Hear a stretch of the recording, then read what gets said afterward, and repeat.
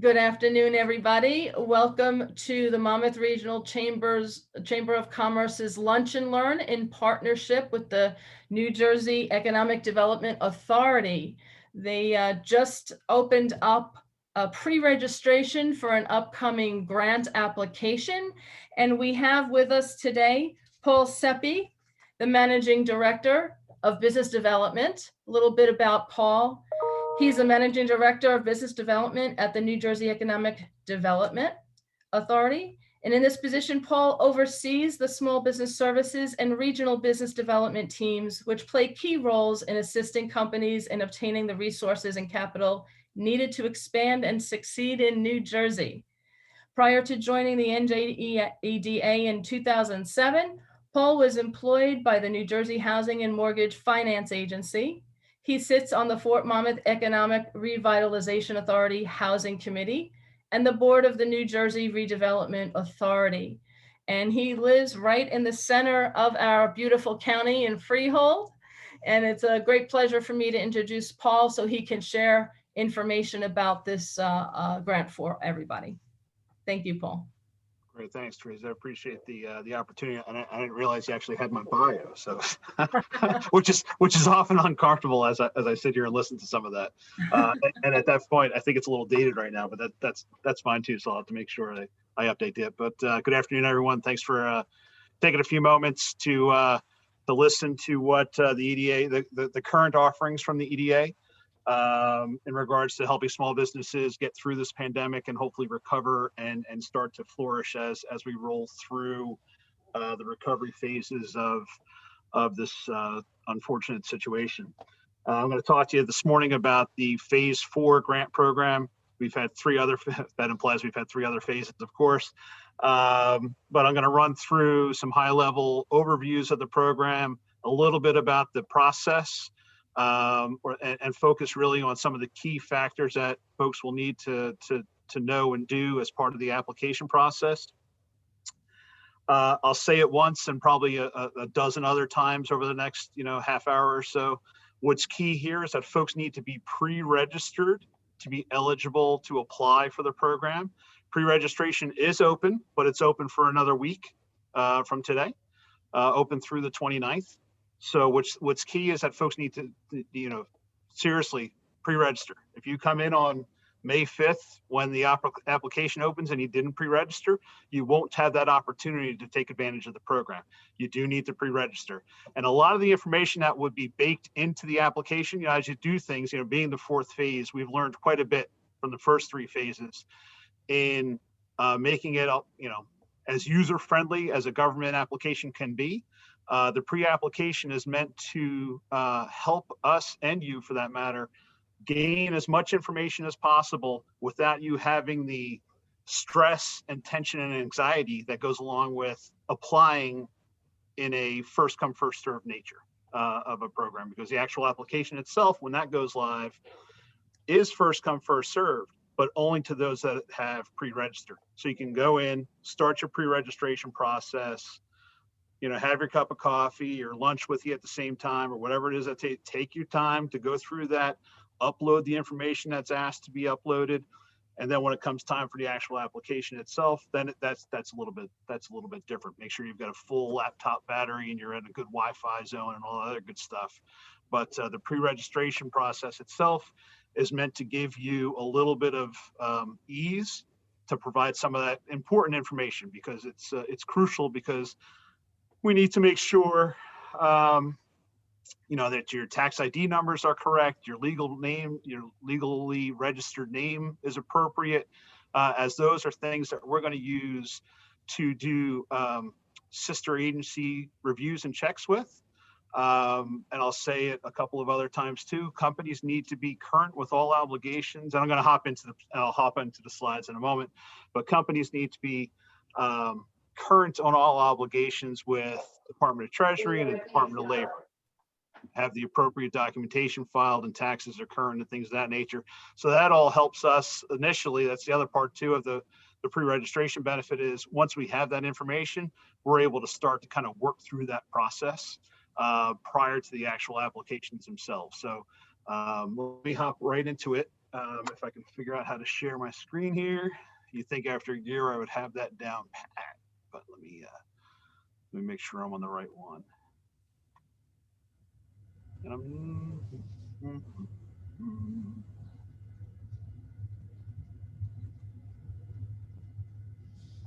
gonna get confirmation that you see it at least.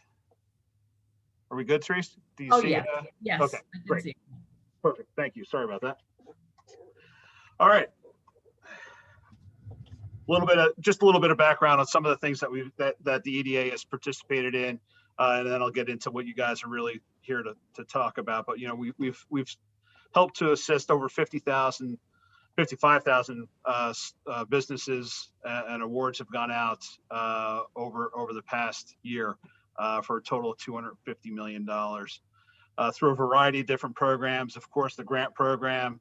We had a small emergency assistance loan program, which allowed for larger dollars, but it was a loan program, not a grant program. There may be a second round of that loan program coming in the future, so you may want to stay tuned on that again. It'll allow for a little bit more dollars than what grant dollars are, but again, those would be loans. Sustain and Served helped the restaurant industry, whereas the nonprofit organizations applied for funding to buy meals from restaurants to help the restaurants, and then those nonprofit organizations distributed those meals out into their respective communities, which was incredibly helpful. Served a bunch of different things, helped the nonprofits do their thing, helped the community by doing what they, to eat for that matter. And then of course the small businesses, the restaurants, to actually be able to keep some folks employed and sustain themselves for that matter. And this program is still open and active, the Small and Micro Business PPE Access Program. Businesses need to be able to acquire personal protective equipment to operate and facilitate and do what they need to do to keep themselves and their clients safe. There's opportunities for companies to receive significantly discounted PPE materials. We've helped and mobilized our relationships with the CDFI community, community development finance institutions, where we've either partnered with them directly or provided guarantees for some of their financing for them to be able to provide COVID response programs out into the small business community. Entrepreneur Support Program talks about tech investment and other things that were happening there, because as the pandemic started, a lot of investors had ratcheted back a little bit, whereas some of these startup tech companies were now, although they anticipated funding, were a bit struggling as they weren't able to continue that cash flow. This helps support that program as well.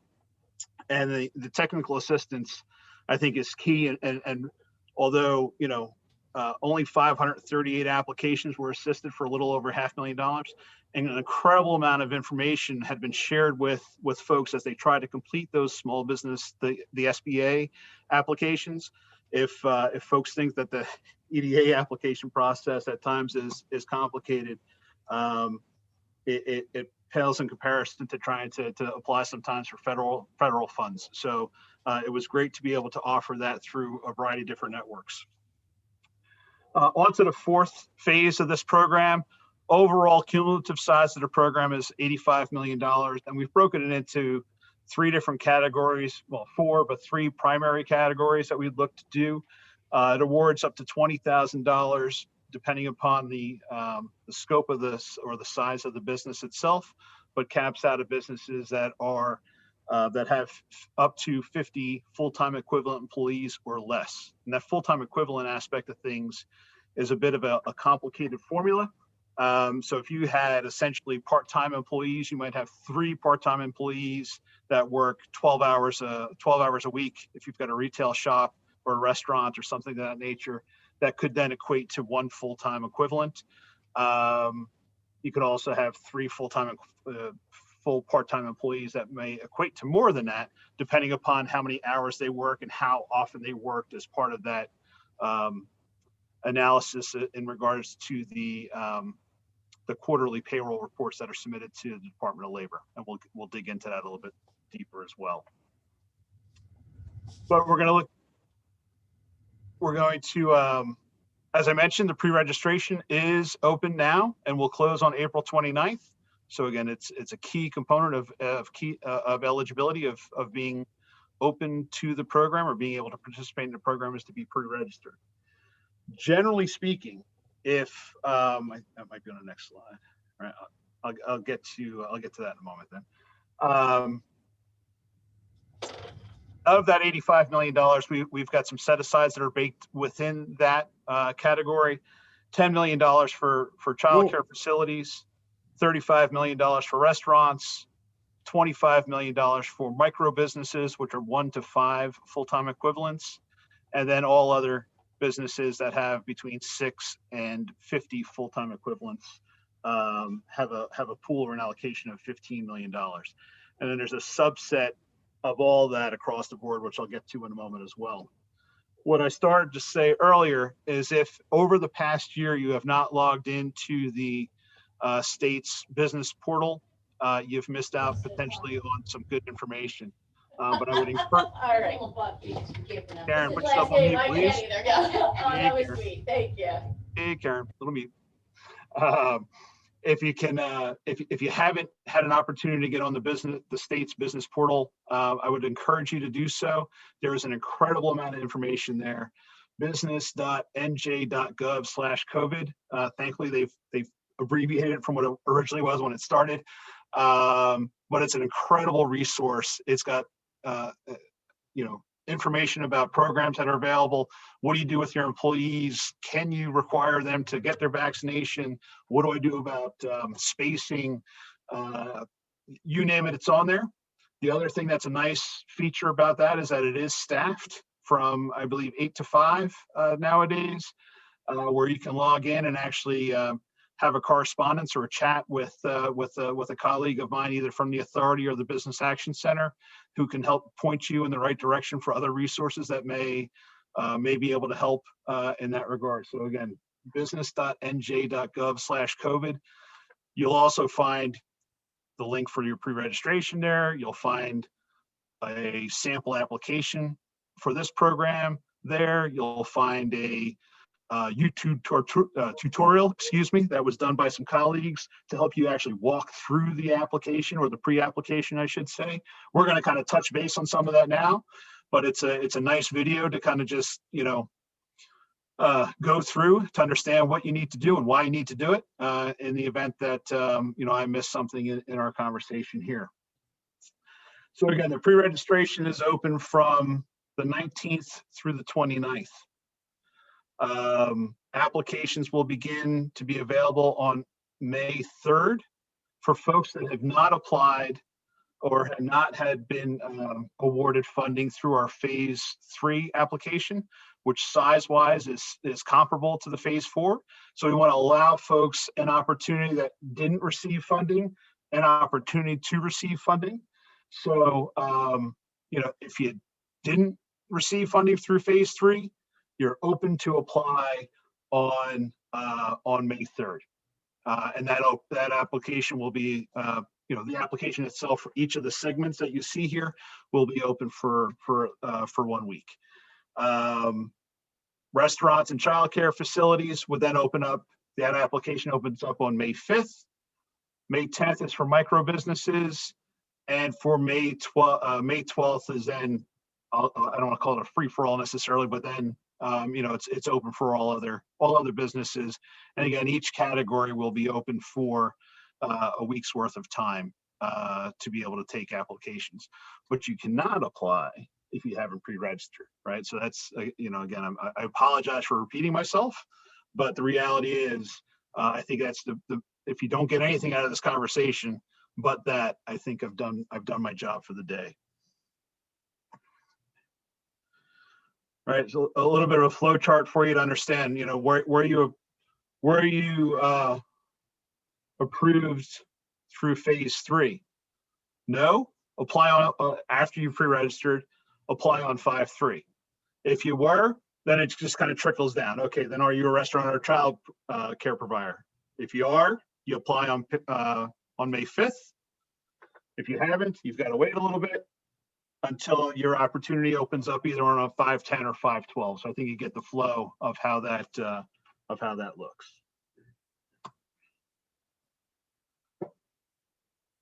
So what do we look at when we look for the information as we determine what a company winds up being?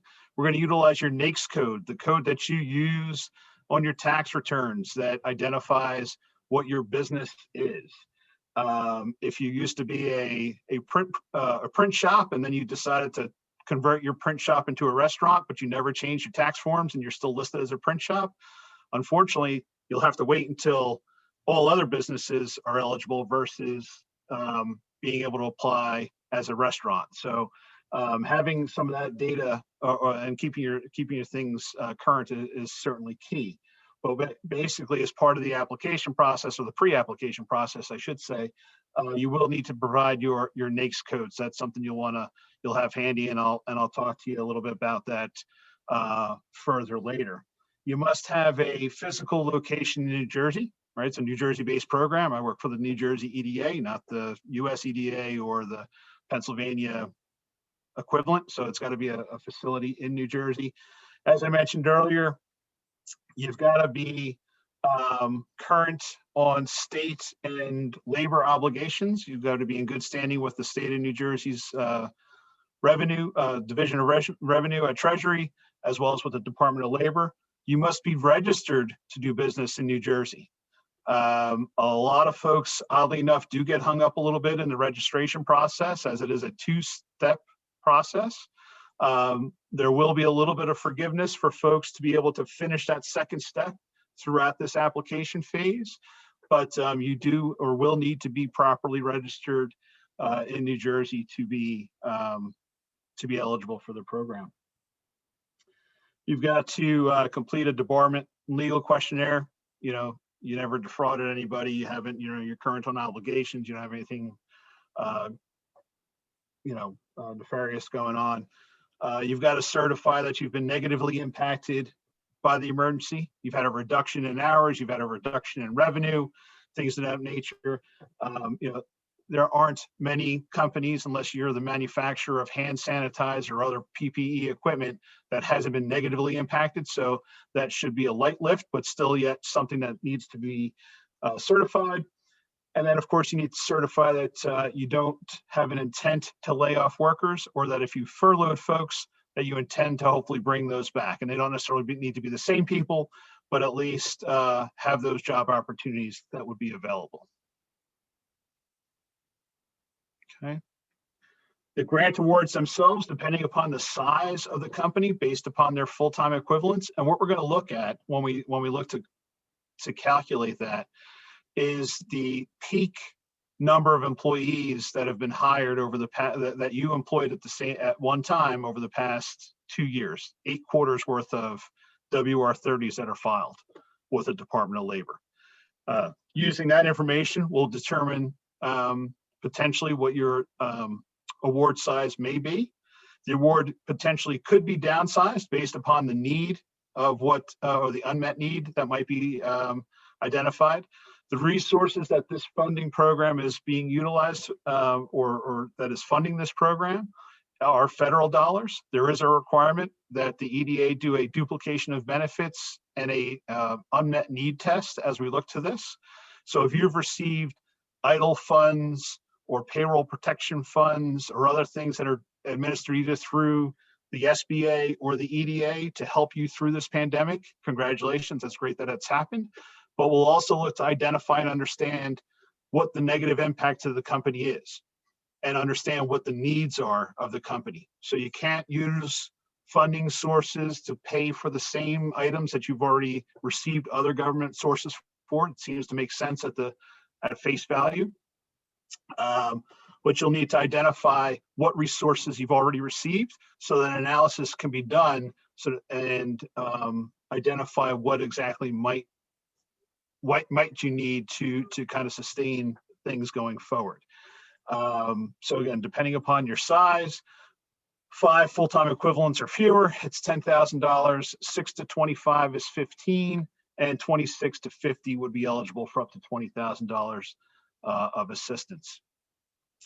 I spoke a little bit earlier, and you'll see off to the right-hand side, there's a 33 set aside for businesses located in Opportunity Zone eligible census tracts. That's the Opportunity Zone program is a federal program. New Jersey has 169 identified opportunity zones. There are 700 and I want to say it's close to 750 actual opportunity zones that were eligible to participate in that program. That's the set aside portion, the 700 and some odd, not the 169. So it's the larger universe. That program looks at median incomes, household size, house values, unemployment rates, things of that nature, which is determined by the most recent census data. So 1/3 of the funding across the program in itself will be set aside for businesses that are located in those geographic areas.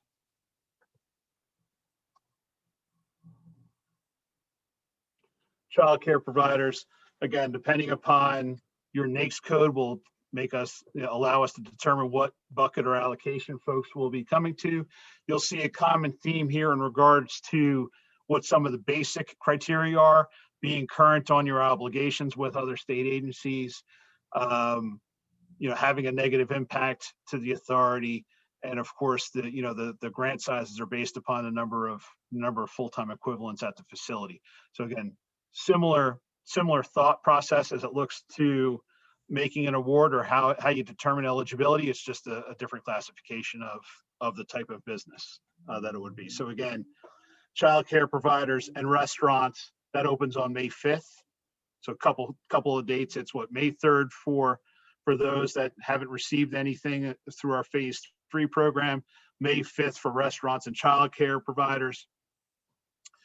Micro businesses, it opens up on May 10th. But again, 5 full-time equivalents or less, there's a $25 million set aside, eligible for up to $10,000. And again, all the same key criteria: must have a physical location in New Jersey is key. A lot of micro businesses are home-based businesses.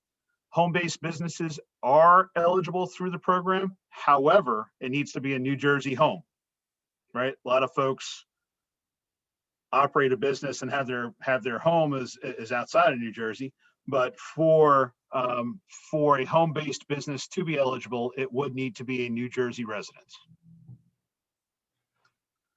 And the micro business program opens up on May 10th.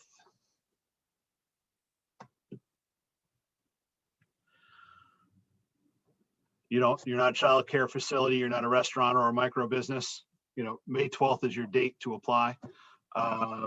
Provided you've got between 6 and 50 full-time equivalent employees, again, located in New Jersey, current on your obligations, etc., and pre-registered for the program. But that opportunity starts to open up on May 12th at 9 a.m.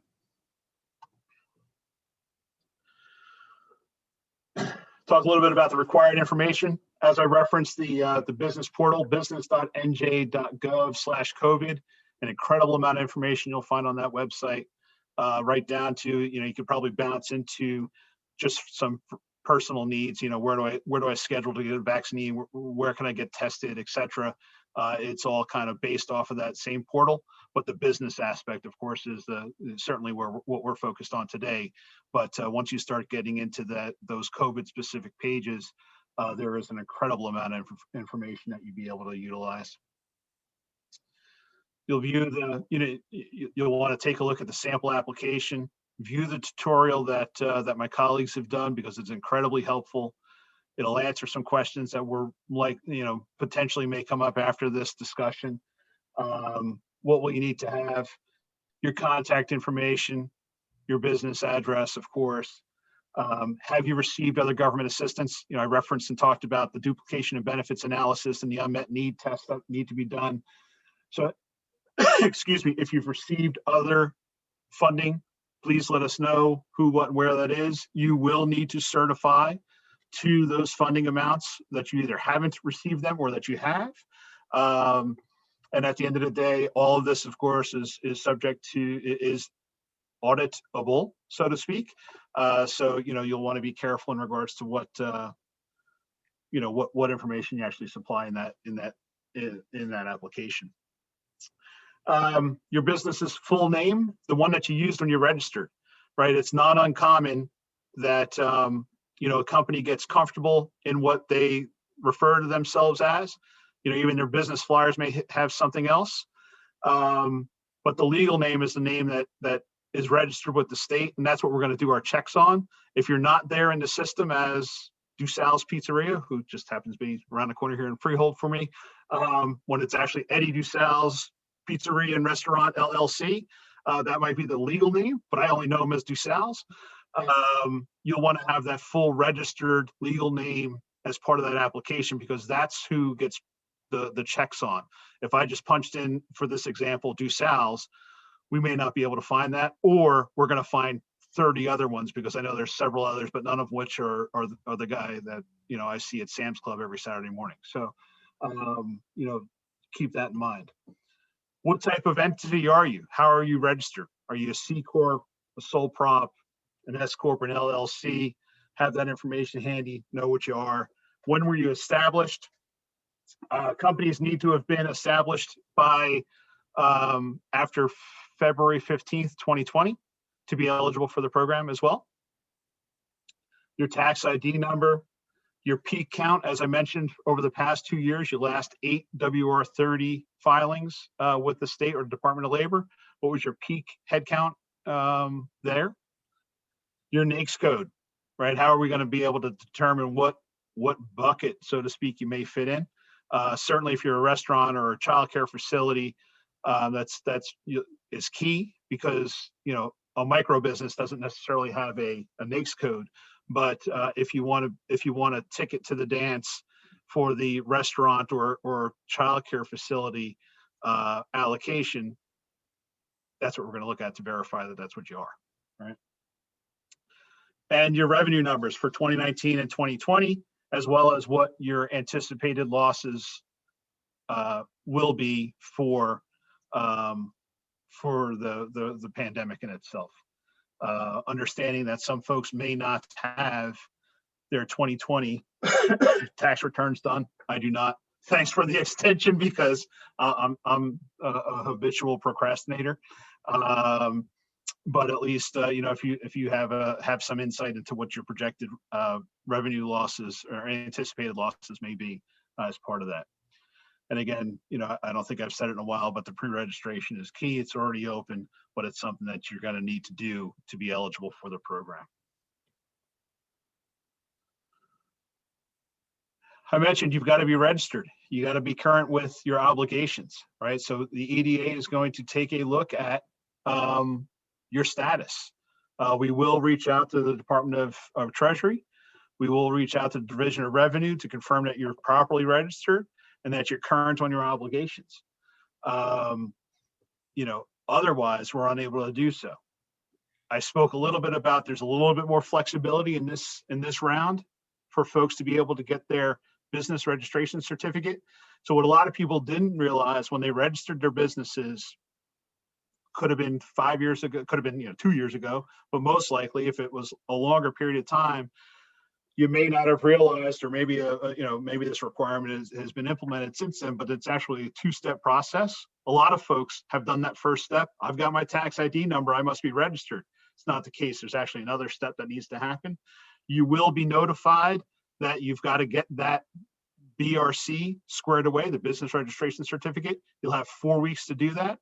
In the past, we weren't allowing some flexibility to get that second step done. We've realized that that's a problem, or that's an issue for a lot of folks.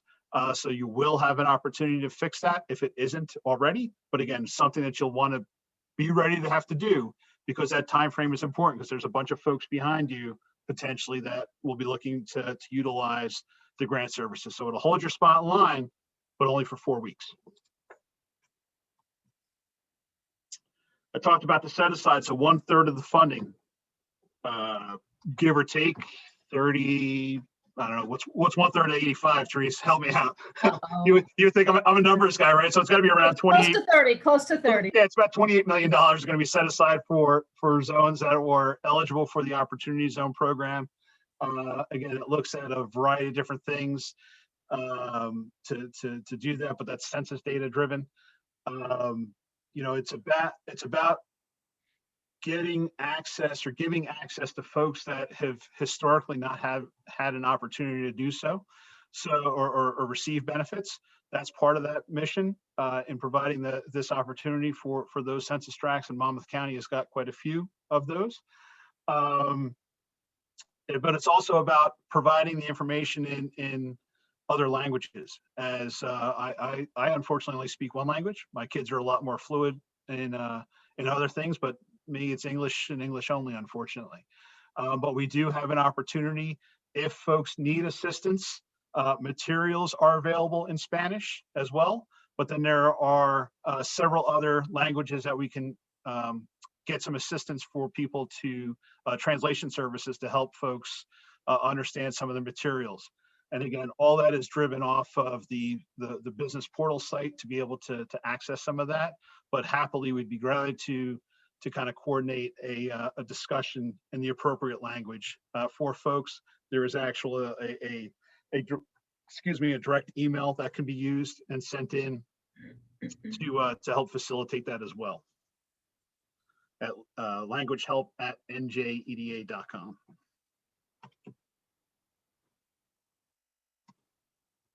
All right. I will. I'll be mindful of time, and I'll run through quickly the pre-registration sample. But again, I would encourage you to go through the business portal to really kind of dig in and take a look at it. But just to give you a flavor for what it's going to look like, so you'll get that understanding, right? You'll create a username and password, which will enable you to kind of go into the system, enter in some information. That username and password you'll need for when it comes time to actually apply as well. So be sure to maintain that information. I'm always told don't use the same username and password for everything, but then I use it because it's helpful for me to be able to remember that. So once you set that up, remember what that will be, so that you can easily get into the application itself. Right. Again, it's not, and I'm not going to belittle the process, but it's not rocket science in regards to a lot of the information you've got to put in. Right. It's name, address, tax ID number, things that you'll be able to obtain and pull together. It's really just about information gathering at this point, so that we know who we're dealing with, what the company is looking to, what the company is looking for, where you need the assistance, etc. Right. This talks to you about confirming that it's a two-step process. You'll submit it. You'll get an email similar to what you do on a lot of things, so that you can confirm that that was the proper email that you've received, so that then you're able to log into the system and get moving.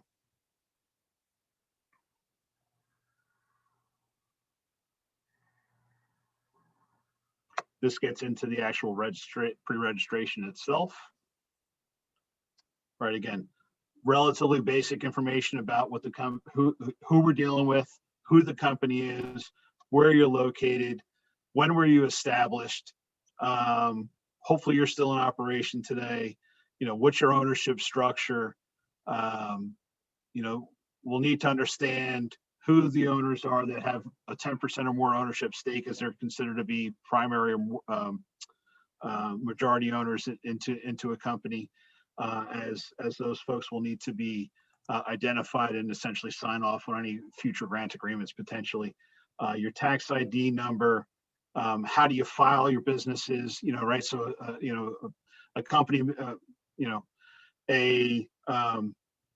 someone may file their taxes just based right onto their personal tax returns with a Schedule C. Others that may have an LLC have a separate entity that actually does, an actual separate tax return that gets done. How do you file, right? Trying to understand some of that information. Have you filed your WR-30 with the Department of Labor? Or are you current on that information? We're going to check, but these are things that you'll want to make sure that you've got squared away. What's your breakdown of employees? Are they contracted employees? Are they full-time? Are they W-2 to your organization? Right? What's your revenue numbers? Again, these are things I think that May take you a little bit of time to kind of cobble together. But again, I would suggest, it's Thursday. If you can, over the weekend at some point, take a look at that, or between now and the weekend, take a look at the business portal to kind of run through what the sample application is, which is basically what you're seeing here. Start to gather that information, and you could probably sit down, Sunday morning over a cup of coffee and provided you don't have to work and run your business on a Sunday morning, or pick the time that works best for you, and kind of run through the application, at your leisure to kind of get that information in there so that you're all set and ready for the following week for when the application is ready to go live and open, right? Again, information about what other programs you've received funding for, whether it was NJEDA, Payroll Protection Program, the EIDL program. We want to understand what's going on, or what you've received dollars for, because we have a fiduciary responsibility as part of our agreement with the feds to do this analysis. You, as an applicant, also have a responsibility to confirm to us that these are the dollars that we've received, and this is what our need is, because that's what the program is focused and designed to do.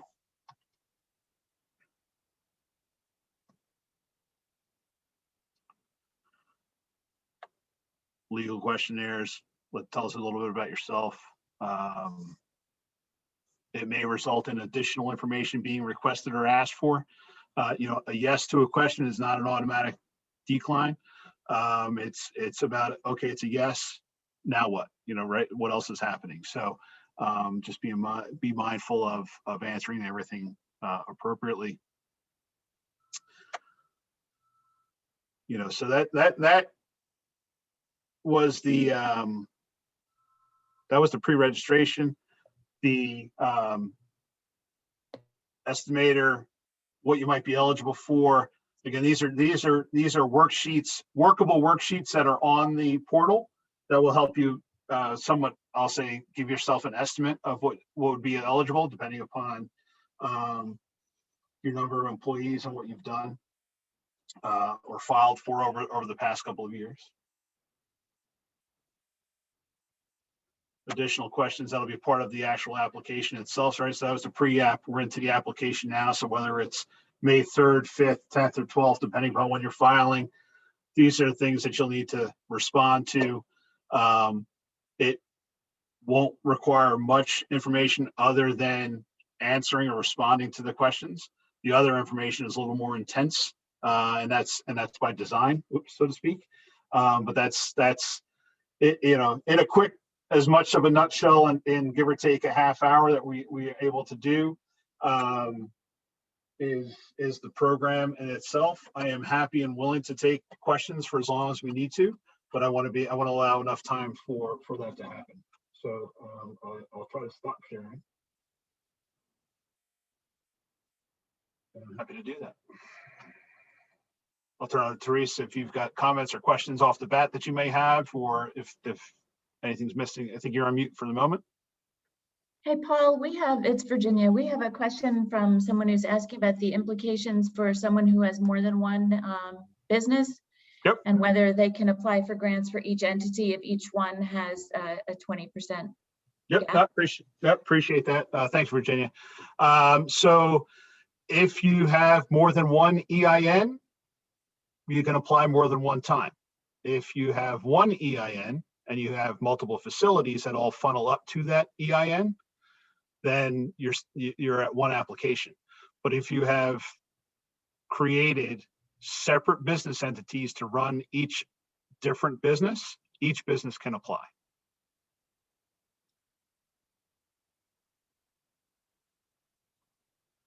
Good.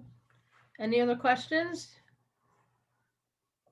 People, you can unmute yourself and ask if you like at this time.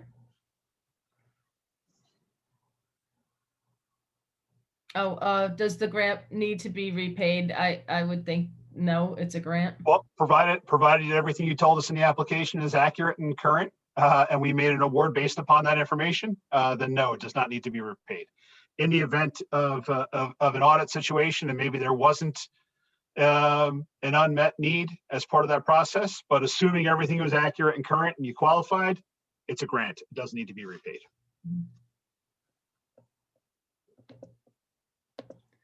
Anyone else? Okay, if there are no other questions, I guess we could wrap it up. Is there anything else you want to add, Paul? I don't, you know, and again, I don't want to beat the horse, but check out the business portal. Take a look at the information there. Review the draft application. Take a look at the video. Folks have put a lot of time into pulling that information together. And it's important information, and it's good information too. It's just not, you know, it's not just for the sake of doing it. And pre-register if you want to participate. Pre-register, and keep your eye on that portal, because as other programs develop, that's where the information is going to land. Whether it's a new loan program or a different grant program or something else that might happen, that's where that information is going to be housed. All COVID related recovery response stuff, things that the state has to offer, are located off of that portal. Can I ask one other real quick question? Of course.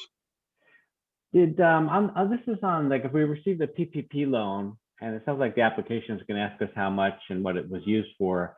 It sounds like for this grant, for phase 4, the use of this money would have to be something different than the PPP loan was approved for and used for. Is that true? Did I get that right? Or could it be the same use, like payroll? Well, like payroll. I mean, we need payroll for both, let's say. Yeah. It could be for payroll for both, but it can't be for the same payroll, right? You can't pay me twice in 1 week, right? It's got to be, you know, your payroll protection program may have been from, you know, June to January, you know, June of 2020 to December 2020, and then that's all it went for. And now you're looking for payroll assistance to help you from January 21 till today. That's okay. But if there's overlap, that's where the problem is. Got it. Okay, perfect. Thank you. That's a great explanation. Thank you. Thanks for all this info. Super helpful. Thanks. Sure, of course. Okay. And I did see that when you did touch on this, that if a business has, let's say, a PO box, they have to still reside in New Jersey. They have to use their home address on the application. We need to know the physical location of the business, right? So a PO box might be helpful for mailing information, but we need to know the physical current location of the business. If it's not New Jersey, we've got a problem. A home-based business can be eligible, but a home-based, that home needs to be in New Jersey. Right. Okay. Any other questions before we wrap up? Okay, I do want to give a shout out to your team, Paul. I want to thank Virginia, Alberto, and Medina behind the scenes answering questions and helping us out. They were great help. And a special shout out to Medina, because he's the one who sent me the email on Monday, which caused us to put this webinar together. And without that, I wouldn't have realized that this was going on. Yeah, no, 100%. If it was, you know, I get the pleasure of showing up at 12 o'clock and just kind of talking about it a little bit, but the behind the scenes work, but you know, a lot of those folks are forward facing as well. But yeah, there's no doubt about the effort and the commitment that goes on. We've got, I think, you know, I know there was one that Medina was working on just before this one.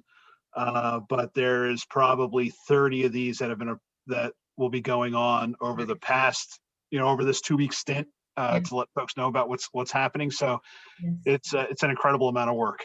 Yes. So good. It's so worth it though. And thank you guys for all of your effort. Terese, you guys in Monmouth have a lion of a champion for you guys as small business owners. Terese and I have been talking all through the night and texting and calling each other. But thank you to NJEDA, to Virginia, Paul, the entire team, because it is over 30 webinars, but the commitment is really to making sure that we're supporting our NJ small businesses. So guys, please make sure to apply for this grant. Take the time, as Paul was saying. He makes it such an easy flow of a presentation, but I'm a small business owner and I get to work alongside the NJEDA. This was made for you all. So thank you, Terese, and thank you, the NJEDA team. You guys make it easy. Yay. Thanks, Medina, and thanks for having us, Terese. Oh, you're very welcome. My pleasure. So enjoy the rest of your week, and hopefully we'll see some of you down at the Jersey Shore this summer. Without a doubt. Thanks all. Thank you. Bye-bye. Good luck. Stay safe. You too.